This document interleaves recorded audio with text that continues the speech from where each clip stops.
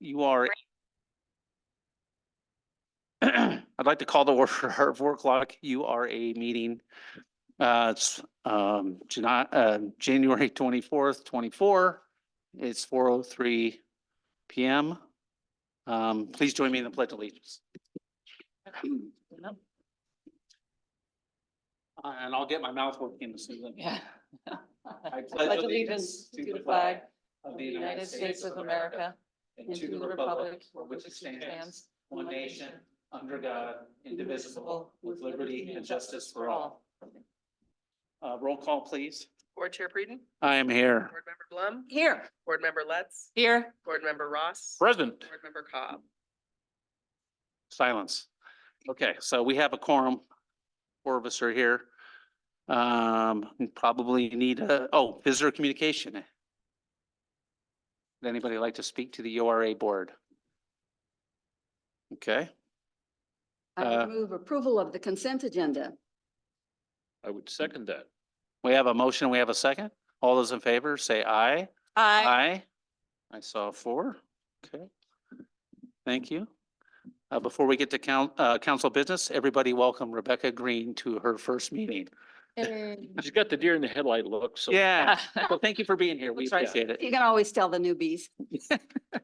All right, on to council business. Our first order of business for the URA board is resolution 2024-01 interfund loan. Director of Finance O'Neill. Yes, thank you. So this is the same song, third verse, for this iteration of these loans.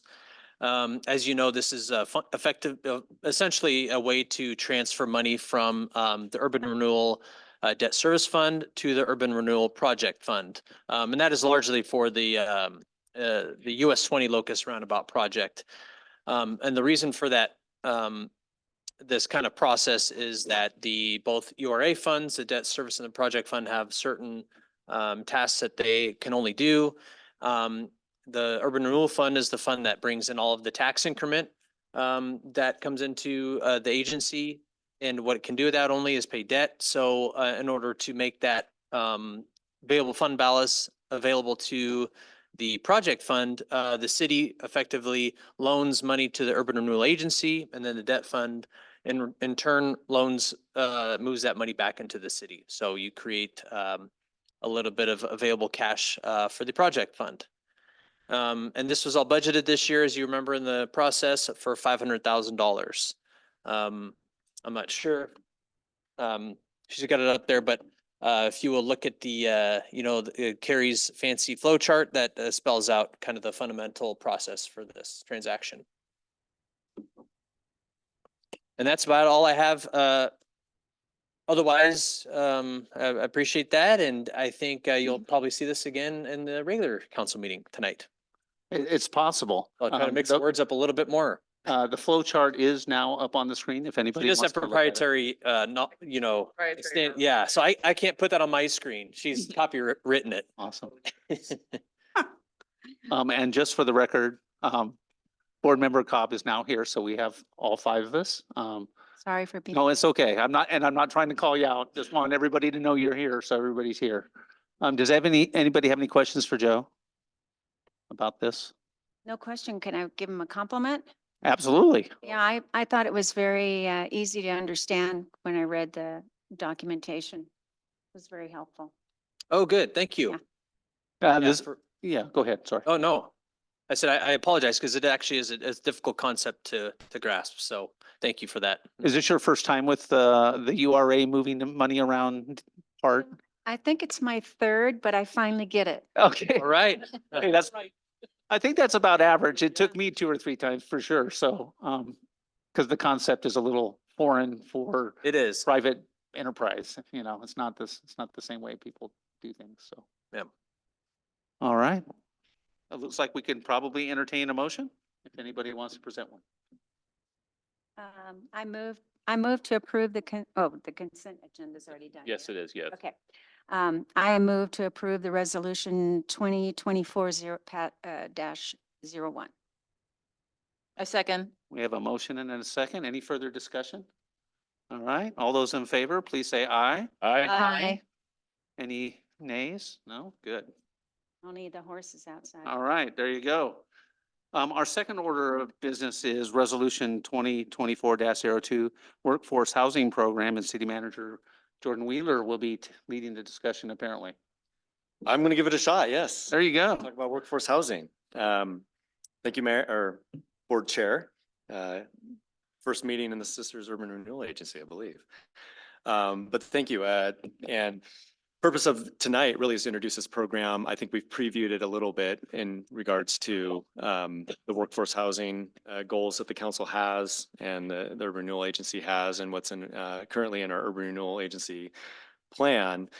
We've had some interest over the last few months in workforce housing. Council's heard that, public comments. We've had a work session about potential projects in the urban renewal area that could benefit from a financial assistance program to establish more workforce housing. So staff have been working behind the scenes to create a program that would mimic what our affordable housing program parameters are. As you recall, the city has an existing financial assistance program, loans, grants that go towards affordable housing.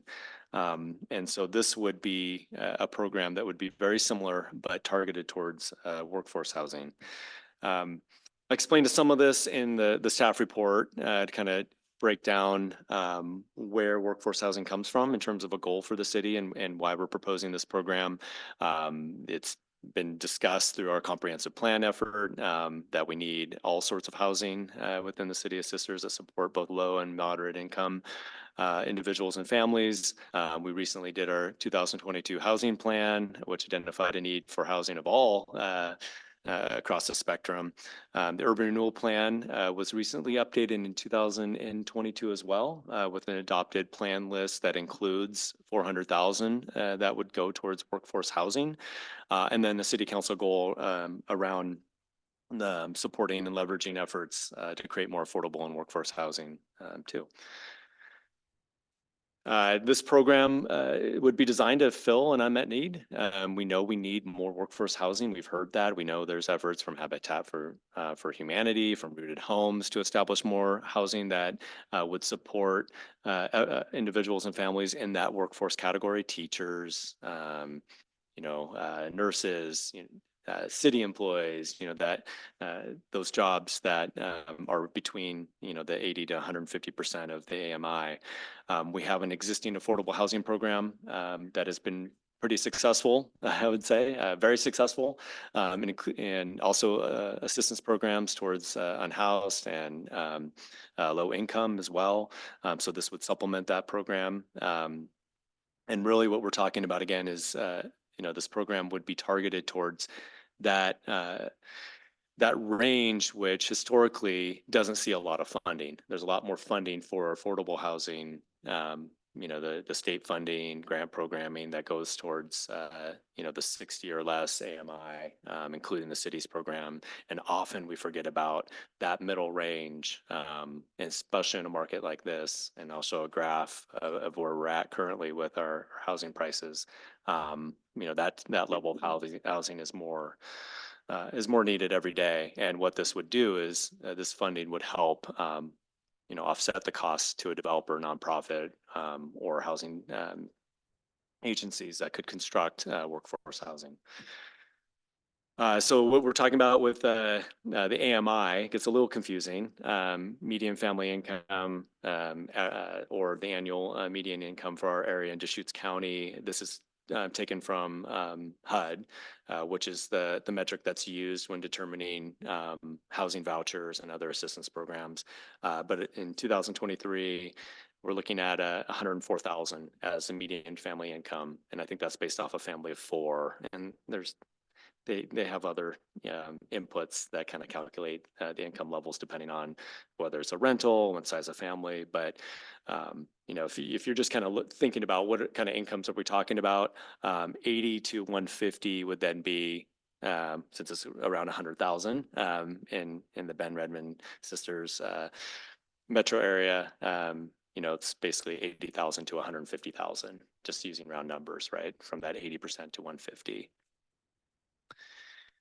This is a graphic you may have seen before. The city of Bend uses this as they talk about their housing affordability and their programs. This helps kind of illustrate what we're talking about and kind of relate it to jobs. When you're talking about that workforce housing between 150%, 80%, you know, what kind of jobs are we talking about? And it ranges from, like I said, teachers, foresters, dental hygienists. You know, you look at, you know, not pretty middle class, good paying wage jobs. But then you look at how much you need to earn to be able to afford the median home price in the Deschutes in Deschutes County. And here, I think this was from last summer, but that's the median home price of $785, and I think that's for Bend. Sisters, this is reported quarterly. This is the Beacon Appraisal Group does a Beacon report, I think on monthly basis, but the Sisters area and other rural areas such as Deschutes County, they typically report out on quarterly. In December, the median house price in Sisters country was $755,000. So if you go back to this graph and look at what these jobs are and how much you can afford before your rent or mortgage burden, you see there's a gap even for folks within that workforce range of 80 to 150%. I mentioned this at the get-go, but this would mimic our existing affordable housing program, which I think was established in 2019. And our Development Services Department manages that program. We recently put out the call for proposals for that. And so we based it off of that program, of course, kind of changed it from city to urban renewal agency because this would be a program available for just projects in the urban renewal district. And again, we're talking about an area that is most of our downtown commercial, but extends to the north and south as well. So these are the properties that would be eligible to receive funding. Like I said, the applicants must be either a housing authority or a nonprofit or a for-profit developer that builds affordable or workforce housing. And qualified expenses are pretty broad, but have to be related to the construction costs that basically would produce workforce housing units. And like the affordable housing program, I think we would give preference or additional points to projects that would leverage other existing funding, state funding, or other grants that they're receiving to build more affordable units. One question that may come up is the program is different from the affordable housing program in the fact that in our urban renewal plan, we have a defined amount already in our project list. And that comes from the fact that urban renewal plans have a maximum indebtedness. And based on the fact that our district census in 2030, we have a kind of a preliminary calculation from 2022 that we have $4.7 million, or we had $4.7 million remaining in the district to spend on projects on the project list. And one of those projects is the workforce housing financial assistance. So it was identified having $400,000 to go towards workforce housing.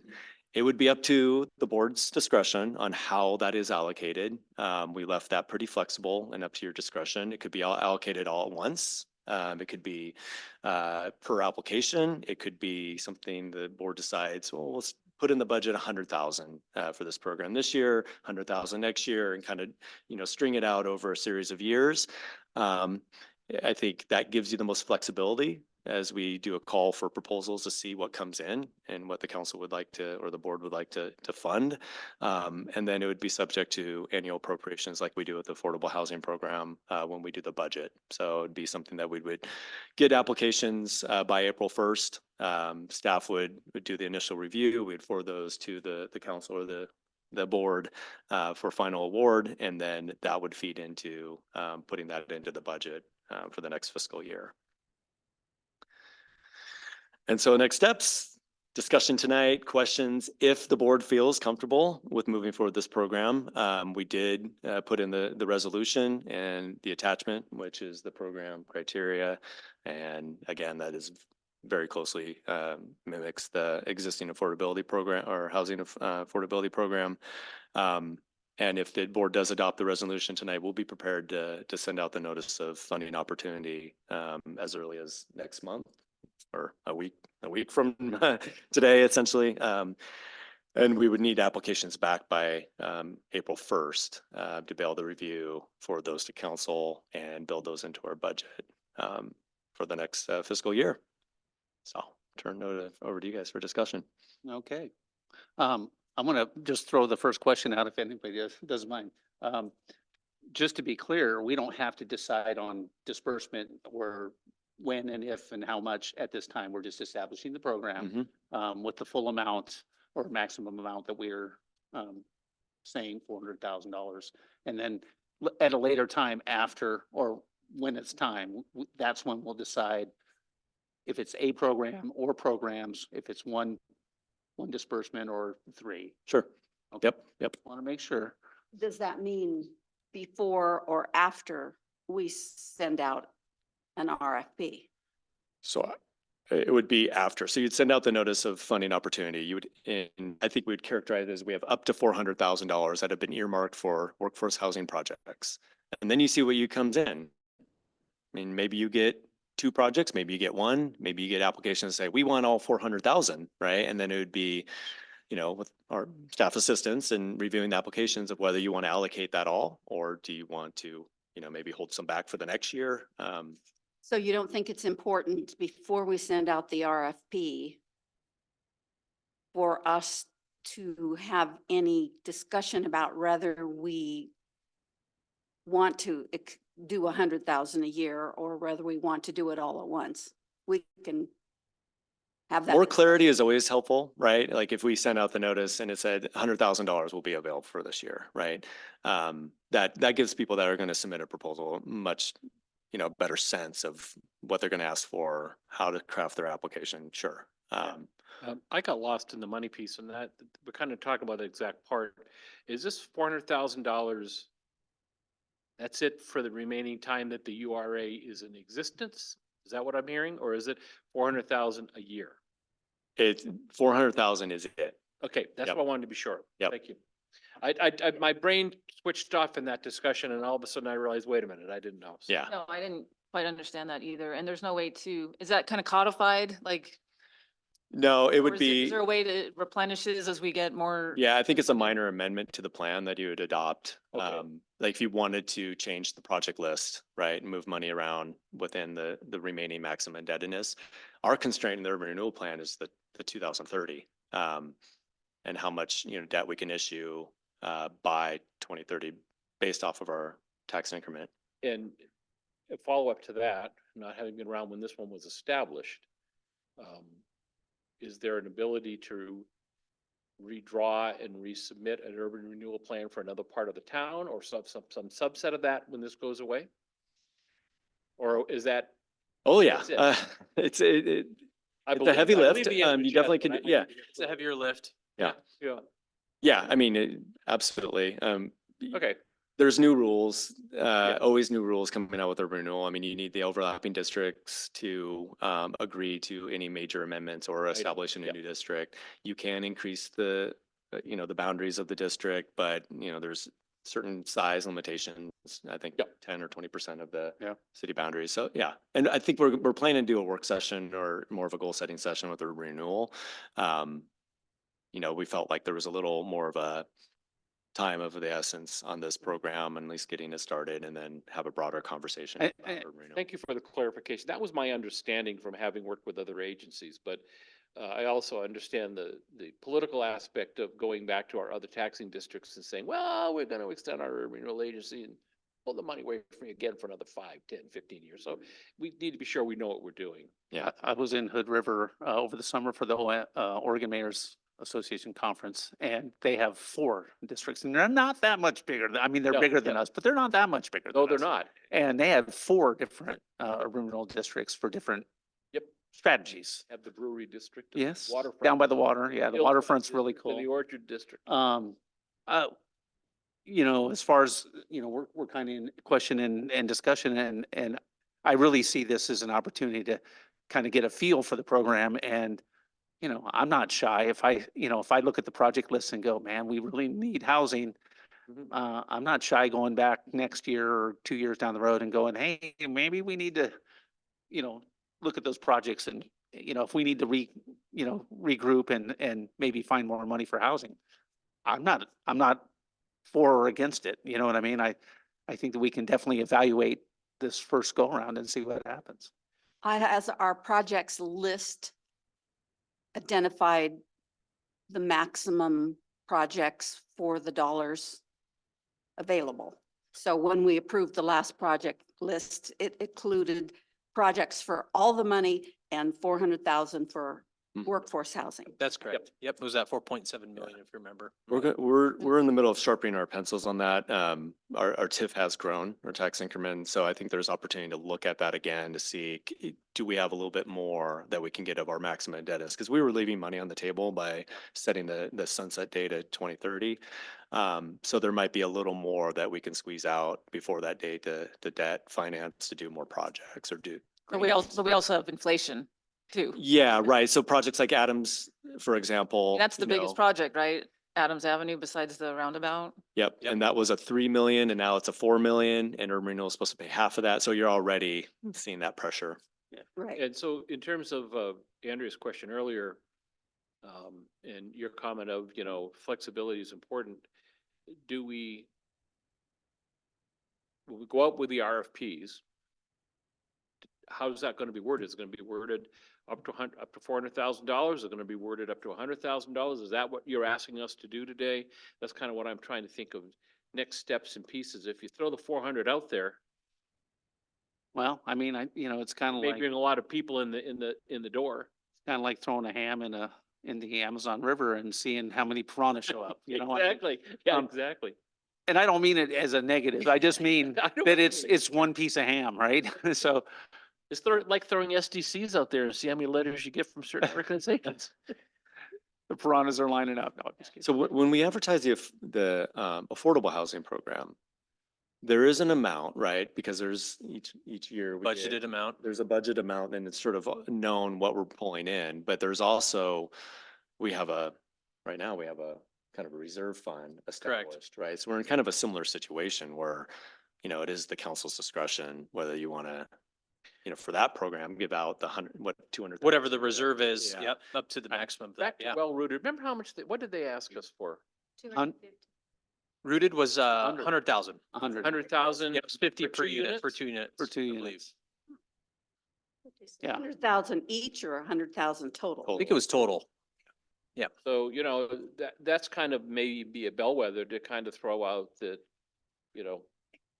$400,000, 50,000 a unit or something like that. I mean, we want to get the most for our money. That's what we want to get. And I think Or that do we this, just leave it and see what shows up? How many piranhas come to the dock? yeah, I think that this council historically has been pretty cognizant of what the return on investment is for these types of pots. Yeah, so, I mean, everybody has their own idea, right? We're 5 separate people and we're all voting on our own on. but I think $20 that and we- 32 cents. I think that everybody realizes that we don't have enough money to help every program that comes before us. And so one of the things that we're always looking at is kind of talking about what's our best return on investment. And that's part of that RFP process, I believe, is that, if 3 people come before us and one person wants 400,000 for 1 unit, I think that, that might not be as strong a position as somebody coming with 30 units or whatever, you know what I mean? So we could throw the 400 out there. We still don't have to give away but 100. That's what I was going to say. We could throw the 400 out there for April 1 consideration, but not necessarily Award it. award it. Is that? Yeah, we have the power. I'm kind of looking at what that does to staff and the work and those sorts of things as It's a opposed bait to and us. switch though, isn't it? No, it's a piranha, ham in the piranha in the river. I mean, until you get proposals, we've heard, early proposals and, what I would call pre-application type information and stuff, but until we actually ask for actual applications, I don't think we really know what we have. Yeah, It's like, if we're interested in moving forward as fast as we can, Yeah, that's part of the back of my head is rather than chunking it into little chunks, that doesn't get us towards that goal line. And with building costs going up, the money may do more for us. upfront, more units or whatever. I don't know. I kind of go, I look back at the Northwest Housing Alternatives, and the way that went, and as an applicant, they were very, very explicit about saying, hey, this much money will get us, leverage us this for this next process and this next process. And I think the very well-stated applicants will be able to do the same thing. I would hope so. And that also, if someone can't meet the bar in that area in an application, well then, Thanks. I can't be blamed for that, Yeah. right? So, I think that's part of the process to be. Yep, but just some clarification back of mind as we move forward on Yeah. this. I mean, if you remember that work session with Habitat for Humanity, we did not have a structure in place to really facilitate a request for the funding that had been already earmarked for workforce housing. So when you have a proposal or you have an idea out there, we had to create a fair and, equitable way for interested developers, housing authorities to be able to seek funding, right? And, we've had this in our plan. We've had it kind of in the works as a council goal to kind of figure out a way to use those dollars or leverage those dollars. We needed to create a program. We thought, something that's familiar to the community, something that's familiar to the council, affordable housing program, geez, was probably the easiest way to create something that, works for staff, works for the council, and is familiar to developers. I would recommend that we do not limit it to $100,000 because I think that would limit the type of proposals that could come in. And I think it would be easier to leverage $400,000 or $200,000 than it would one. And so I think we need, and then if the smaller projects come in, fine. But I don't want to discount a major project that might be the best because we have limited it. Well said. So can we do it range? Can we say between 200 and 400,000? I'd just say 400. You could say, up Up to, to, and to the board's discretion. Yeah. So I have We a might fine, get- Go ahead. oh, no, you weren't finished, go ahead. I would, we might get a couple of proposals that satisfy, a 200 each. Maybe, That's, Mhm. I think that would be the goal, would be to see what comes in the door. yeah. And certainly, as you said, if we have 7 proposals, let's say, we can divvy up, we can pick the best, we can all award it all to one. That's what it feels to me like I hear it being said. Yeah, I think some of these organizations would be possibly, depending on other funding that they receive, open to negotiation on basic, because what you're doing is trying to buy units in a Right, way, right? exactly. You're trying to buy as many workforce housing units as you can with these dollars. And, if they, well, you give us 400, we'll build 10. If you give us 200, we'll build 5. Oh, okay. We want to give this other group 5 too, or get 5 over here. So you might be able to negotiate to spread that around.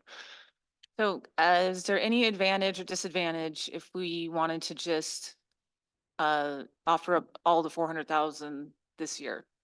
I mean, I'm on one side of it, I could see it as like, well, we're done until 2030. Don't have to worry about it anymore. But is there, because it's still a loan, right, from one account to another. So are there any advantages to just getting it all appropriated now or versus parsing it out over the years? On our end, that's my first question, internally as a city. yeah, I mean, I think we can always make the numbers work, whatever the timing might be. I think we have the flexibility to do that. I think that's just kind of a matter of, as Jordan spoke about, just kind of the finance strategy, and the timing of that. And then where we want to go, with the project list, with the current project list, whether that needs to be Yeah. expanded or Modified. modified. There's probably, sorry, No, go ahead. there's 2, I think, considerations that we're looking at. One, we have to go out for financing to do with our project list for the next fiscal year. And we know we have the roundabout art, we have this, a few other things, right? And, there is probably an advantage of, instead of piecemealing loans or bonds, like bundling projects, right, to go get that financing, either a line of credit, which would be nice, or a loan or selling a bond. The other consideration is, I think you're probably thinking about too, is that 400,000 is not going up by inflation each year either, right? So, you know, our money is probably not going to go as far. Of course, interest rates could drop, right? So borrowing money might get cheaper in the future, hopefully. But building a home, material costs and everything are not going to get cheaper. So our $400,000 might go further today than it will a couple of years or in 2029. you know? Yeah, and I was thinking that as well. The other, I don't know, flip side, the other thing to consider is that I know that in the short session, obviously the governor's saying that, she's just gonna push one big bill with a lot of housing, issues around it. And, we know any project that we're gonna give money to, we'll probably have other funding sources, other probably public funding sources, right? That's, the point is for us to not pay for it, but, other funding to come with it. And I'm just thinking out loud here, is there advantage to our city doing that now, in the spring versus waiting to see what kind of comes out of Salem, which, most of the time is not worth waiting to see, but, I just, it would be hate to get to next year and they're like, hey, there's all these matching funds and all this stuff available. And we're like, well, we're out of money. So, I'm just throwing that out there. I think what they said though too is we aren't really out of money. Yeah. Necessarily. We'd have to shift There's the a way project to list. look at Yeah. the funds and the interest rates and whatever, that there could be some opportunities, Yeah. even if we do spend it all the first. I keep going back to the NHA discussion, and the conversation early on was, this is the first layer of the sandwich. You know what I mean? Our money's like the first shot at it, and then Yep. the state comes on, the county comes on, there's other federal things that build the sandwich up to all of a sudden you've got enough money for a project. And I think that, I think the exciting thing about this is that this is a new fund. We've done the Affordable Housing Fund. This is a new one for workforce housing, so it's the next step up, which we need desperately, obviously.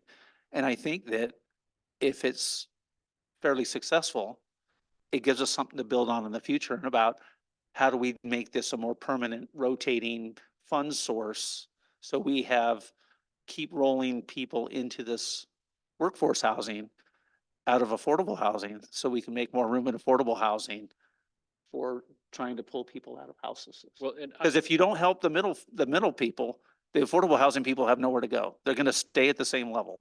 I would assume too that in proposals that are submitted, I haven't seen what the RFP is going to look like, but the proposals that are submitted, one of the things you'd want them to address is how they would use our dollars to leverage other funding sources in order to get the maximum amount of project done for the money. That we're just not going to say build two or build one $400,000 house and call it good. Yeah. I think that there's an opportunity in there to look. I hear what you're saying, Jennifer. I guess that my biggest concern is, given even with the short session, I'm not sure how much the governor can push through. And frankly, how much of that will make it over to this side of the mountains? And then second, how much of that will make it to this end of that side of the mountains? It'll be in Bend, it'll be in Madras, it'll be in Redmond. And they'll say, oh, by the way, we got $75.42 for sisters if you'd like it. Well, and also historically, there's been way more money for low-income housing. Right, and we're looking. Than really- workforce housing. Yeah. And I know that there's been a lot of talk around workforce housing and that number's coming up, but I'm not savvy on what's available out there, but historically, I'm looking at Eric, there's been less money available for workforce housing as well. But in this housing bill, there is a big push for that middle housing. The word middle housing, which I think is even a different class. It's part workforce and a little above, I think. Yeah, probably referring more to the type of housing, less single family, but more like I gotcha. quads and duplexes. and I stuff, gotcha. But there's been a big push in that, and I've seen it in the language. And so the thing that excites me is not, how applicants might build the sandwich. My excitement is that, hey, we're creating a new, it's a new tool in the toolkit. And that's the coolest thing. That we have $400,000, that's pretty nice. I mean, do I wish it was 4 million? Maybe we could do something with 4 million, but what we have is 400,000. And I think that leveraging it, at least the opportunity to leverage most of it now, is as good as we can do. And you know what, if the RFP comes in and, you know, there's only one and they really only need a couple 100,000, we don't have to spend it all. That's the great thing. I think that's a strength, not a weakness.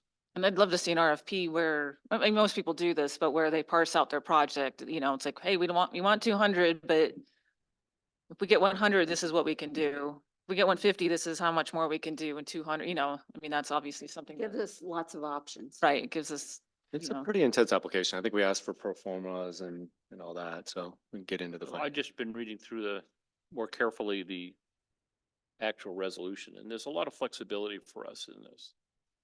Yeah. We're not tied to any one particular direction as a council, as a board. Yeah, well, I mean, if we had 3 applicants and they all stunk, we could just say, well, sorry. Yep. We've said no before in other situations. Yeah. You know, I don't think that's gonna happen. I don't either. I just want that for the record. I have a question. We have a affordable housing fund, correct? And what's the balance in that? Yeah, just a little bit shy of that. I'm sorry. Sorry, 100. about 165,000. We allocated some of that out. We did, we kind of held back the reserve. Yeah, just that's, because we there was were- more money in that originally is what I'm Yep, trying we to were say. a bit uncertain. That was a bigger number before, Yeah. Northwest Alden Alternatives stepped up to the plate, correct? Yeah, we actually held a little bit about, of that even back in the budget, discussions because we were, unsure about whether or not NHA was going to be able to get that additional grant funding. And then with the county relationship, would they need to re-leverage that $100,000 from the prior grant application? Okay. Any other questions or discussion? I'm good. Okay. So if the board is comfortable, you could adopt the resolution tonight if you don't have any changes to the program and if you're comfortable proceeding. I Yeah. would move approval of Resolution 2024-02 Workforce Housing Program. A second? We have a motion and we have a second. Is there any further discussion? Okay. All those in favor, say aye. Aye. Any opposed? Okay. So moved. It passes. All right, there's nothing more on the agenda, so we're gonna take a little break. Thank you, everybody. We'll start at 5 o'clock. Look at that. Good discussion, everybody.